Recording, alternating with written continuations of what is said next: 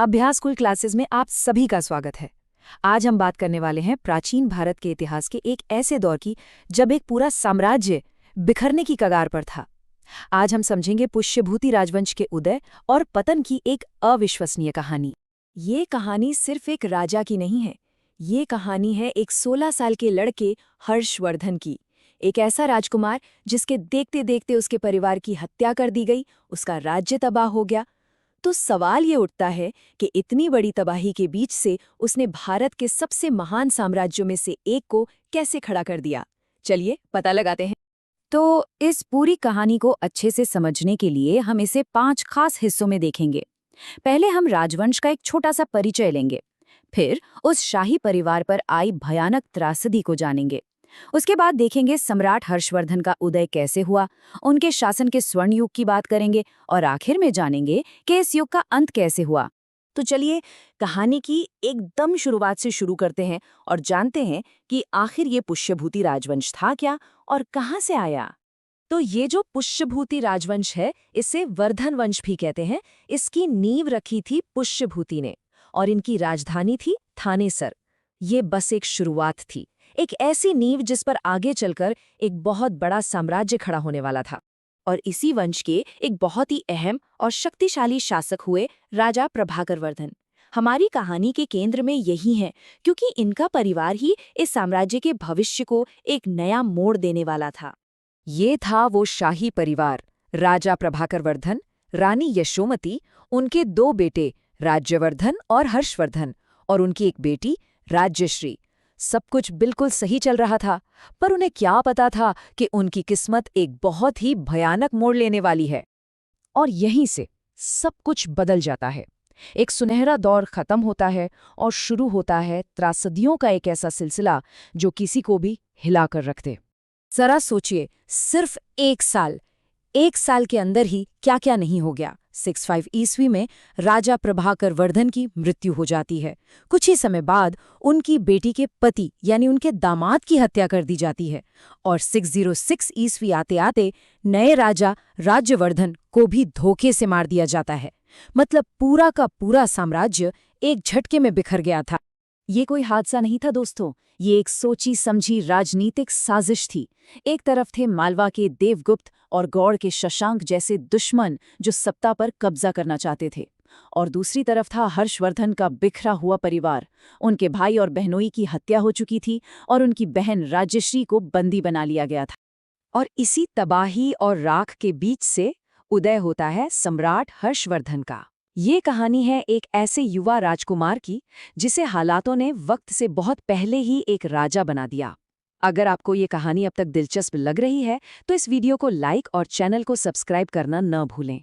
महज 16 साल। सोचिए, जिस उम्र में आज के युवा अपने भविष्य के बारे में सोचना शुरू करते हैं, उस उम्र में हर्षवर्धन के कंधों पर एक बिखरते हुए साम्राज्य को बचाने की भारी जिम्मेदारी आ गई थी। और उन्होंने जरा भी देर नहीं की। सिंहासन पर बैठते ही उन्होंने 3 बड़े और जरूरी कदम उठाए। पहला, उन्होंने शासन संभाला। दूसरा, उन्होंने अपनी बहन राज्यश्री को खोजकर बचाया। और तीसरा, अपने भाई के हत्यारे शशांक को हराकर अपनी शक्ति को फिर से स्थापित किया। वाकई एक राजकुमार से शासक बनने का ये एक बहुत तेज सफर था। ये एक ब्रिलियंट मूव था।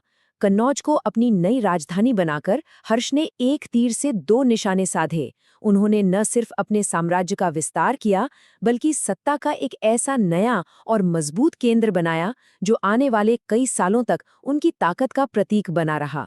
लेकिन हर्षवर्धन की कहानी सिर्फ लड़ाइयों और जीत की नहीं है। वो एक योद्धा तो थे ही, पर साथ ही वो कला, साहित्य और ज्ञान के भी बहुत बड़े संरक्षक थे। अब हम उनके शासन के इसी सुनहरे पहलू पर नजर डालेंगे। और ये बातें हम हवा में नहीं कह रहे हैं। इस स्वर्ण युग का सबूत हमें आज भी मिलता है, शिलालेखों में और उस दौर के कवियों की लिखी किताबों में जो आज भी मौजूद हैं। इसी दौर में एक बहुत मशहूर चीनी यात्री भारत आए, ह्यूएनसांग। उन्हें तीर्थ यात्रियों का राजकुमार भी कहा जाता है। उन्होंने अपनी किताब सी यू की में हर्ष के साम्राज्य के बारे में बहुत विस्तार से लिखा है, जो हमें उस समय की एक बाहरी और बहुत कीमती जानकारी देती है। ये साहित्यिक समृद्धि का भी दौर था और सबसे कमाल की बात तो ये है कि सम्राट हर्ष खुद एक कमाल के लेखक और नाटककार थे। उन्होंने नागानंद, प्रियदर्शिका और रत्नावली जैसे प्रसिद्ध नाटक लिखे और उनके दरबारी कवि बाणभट्ट ने तो हर्षचरित लिखकर यानी उनकी जीवनी लिखकर उन्हें हमेशा के लिए अमर कर दिया। लेकिन ऐसा नहीं है कि हर्ष ने सिर्फ जीत ही देखी।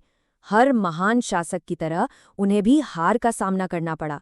उत्तर भारत में तो उनकी जीत का डंका बजता था, लेकिन दक्षिण की ओर उनका विस्तार तब रुक गया जब चालुक्य राजा पुलकेशिन द्वितीय ने उन्हें नर्मदा नदी के तट पर हरा दिया। इस हार ने ही उनके साम्राज्य की दक्षिणी सीमा तय कर दी। तो कुल मिलाके हम कह सकते हैं कि हर्षवर्धन के दो चेहरे थे।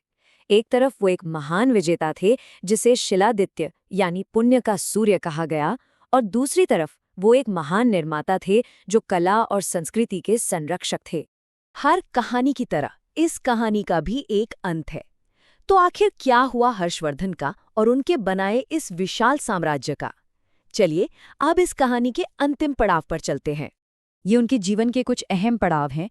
606 ईस्वी में राज्याभिषेक हुआ और 647 ईस्वी में उनकी मृत्यु, मतलब 40 साल से भी ज्यादा का एक प्रभावशाली शासनकाल।